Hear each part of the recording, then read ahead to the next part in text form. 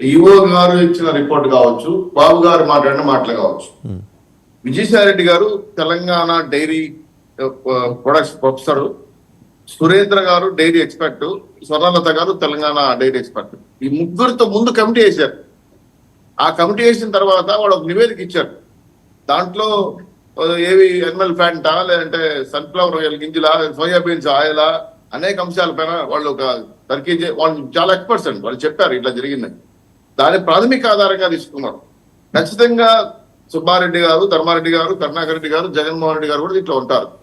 జవహర్ రెడ్డి గారు అప్పుడు సిఎస్ గారు. కాబట్టి దీన్ని నెలకి నాకు తెలిసి 80 రకాల వస్తువులు, 5,470 టన్నులు నెయ్యి, 7,300 టన్నులు చక్కెర, 18,250 టన్నుల బియ్యం, జీడిపప్పు, 11,000 టన్నులు, ఇట్లా ఎన్నో రకాల వస్తువులు, ఎదురు ద్రాక్ష ఒక 5,000 టన్నులు కొంటారు.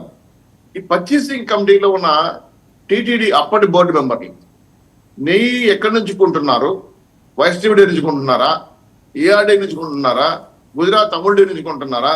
కనీస పరిజ్ఞానం లేకుండా సంతకాలు పెట్టారా?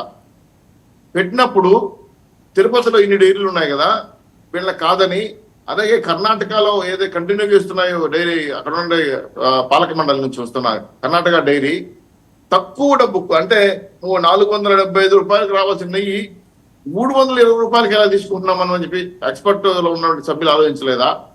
మీరు అన్నట్టే ఇప్పుడు నాణ్యమైన నెయ్యి దొరకాలంటే 500 రూపాయలు ప్లస్ పెడితే తప్ప ఆ గోవు నెయ్యి ఒరిజినల్ నెయ్యి దొరకట్లా. 310కి 300కి ఇస్తున్నారు విత్ ట్రాన్స్పోర్ట్. ఎందుకు అనుమానం కలగదు? రెండో విషయం, మీరు అప్పుడు ప్రసాదాలు తిన్న వ్యక్తుల గారికి, ఇప్పుడు ప్రసాదాల వ్యక్తుల గారికి ఖచ్చితంగా తేడా తెలిసిపోతుంది. ఇది మినిమం పరిజ్ఞానం, సైంటిస్టులు అక్కర్లేదు. సో ఇటువంటి పరిస్థితుల్లో దేవుడి ప్రసాదంలో కల్తీ చేయడానికి, దారుణానికి డబ్బుల కోసం, కాదుల కోసం చేసిన ప్రయత్నం అనేది నిర్దాక్షిణంగా కనపడతా ఉంది. దీన్ని దాపెట్టడానికి మంది బేరాలు పలికారు. మీరు అన్నట్టు శపథాలు చేస్తాం, కర్పూరం ఆపుతాం, ఇవన్నీ నాటకాలు. ఖచ్చితంగా కల్తీ జరిగింది. రేపు రిపోర్ట్ లో చెప్తారు. అది అనిమల్ ప్లాట్ ఆయిల్, ఇంకోటి సోయాబీన్స్ ఆయిల్, లేదా నీకు సన్ఫ్లవర్ ఆయిల్ తేలని కల్తీ జరిగింది కదా. ఏ కల్తీ జరిగింది కదా, దాని రిపోర్ట్ ఇచ్చిన 3 సైంటిస్టుల పేరు కూడా చెప్పాను నేను. తెలంగాణలో ఉన్నారు, వాళ్ళు కూడా ఇంటర్వ్యూ చేయొచ్చు. ఉండే విషయం సోదరి గారు, ఏ కల్తీ జరిగిందని కాదు, మీరు పందుకోవు జంతు కళాపురాలు జరిగినాయి కదా, మీరు చాలా గట్టిగా మాట్లాడారు. మీరు ఏ కల్తీ జరిగిందని అంటారు? నాకు అర్థం కావట్లేదు. దేవుడి యొక్క ప్రసాదాల్లో కల్తీ కారకులైన వాళ్ళు గుమ్మడికాయ తోకంటే భుజాన్ని అడుక్కుంటారు. నేను చెప్పట్లేదు కదా, తేలని సిట్ రాజు బయట రాని ఎవరైనా కారకులు తెలుస్తుంది. కాబట్టి ఈ రోజు ఎవరైతే మీరు 219 రూపాయలకి ఇచ్చినప్పుడు నాణ్యత, మేము 319 రూపాయలకి ఇచ్చినప్పుడు నాణ్యత లేదంటారా? లేదంటే లక్ష్మణ గారు, చౌదరి గారిని మాట్లాడియండి. ఎందుకంటే ఇక్కడ ఉన్న అందరికన్నా వాళ్ళిద్దరికి ఎక్కువ నాలెడ్జ్ ఉంటుంది. వాళ్ళు తిరుపతి స్వామివారి పాదాల దగ్గరే ఉంటారు. మనందరికన్నా వాళ్ళకి నాలెడ్జ్ ఉంటుంది. I do agree.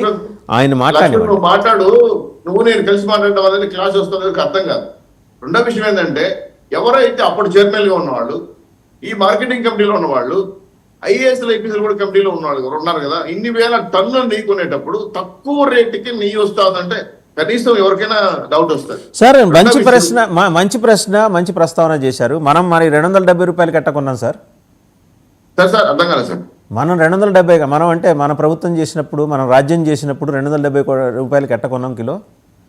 సార్ ఇప్పుడు అది కర్ణాటక డైరీ వాళ్ళు ఏం చేస్తున్నారంటే, సేవ అంటే దేవుడి సేవ పేరుతో తక్కువ రేటుకి మేము ఇస్తాము, లాభాలు ఆశించడం లేదు, గత 50 ఏళ్ళకి వాళ్ళే సప్లై చేస్తున్నారు కాబట్టి మళ్ళీ మాకు అవకాశం ఇచ్చారని వాళ్ళు చాలా మంది పారదర్శకంగా లాభాలు పక్కన పెట్టి సప్లై చేస్తారు. ఇది వాళ్ళు చెప్పిన మాట.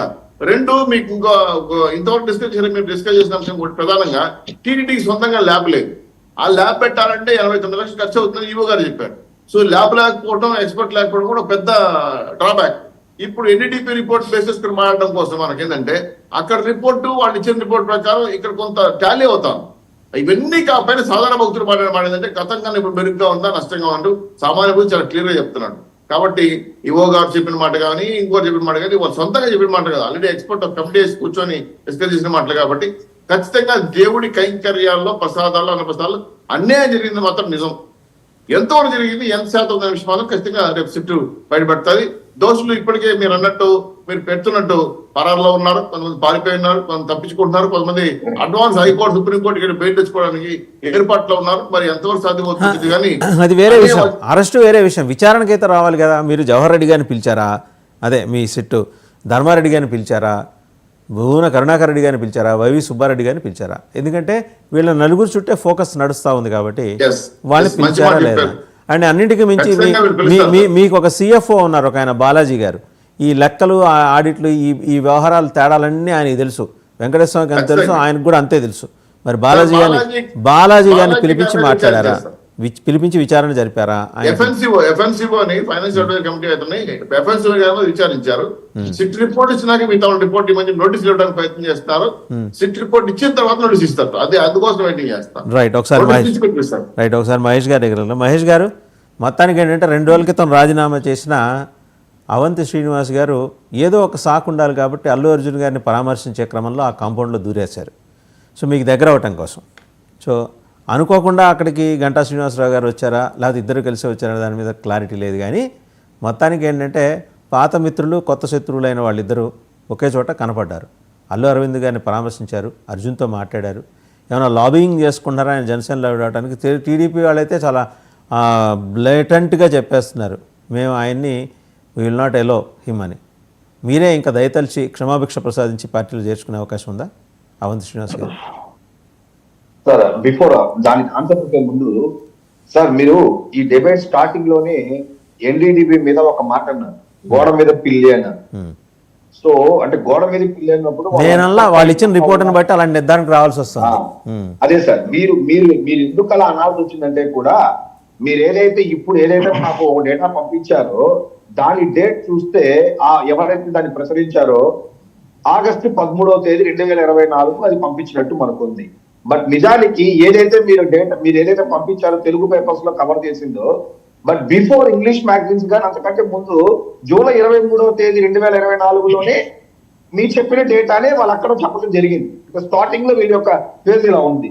రెండోది 29/2024 వచ్చేసరికి, సెప్టెంబర్ 20 వచ్చేసరికి టోటల్ గా మీరు చెప్పిన ఎన్డీటీవీ వాళ్ళు ఏదైతే ఉన్నారో వాళ్ళ టోటల్ రిపోర్ట్ దీంట్లో అడల్టరేషన్ జరిగింది, దీంట్లో అనిమల్ ఫ్యాట్ కలిసిందని చెప్పి వాళ్ళు అదే రిపోర్ట్ ఇవ్వడం జరిగింది.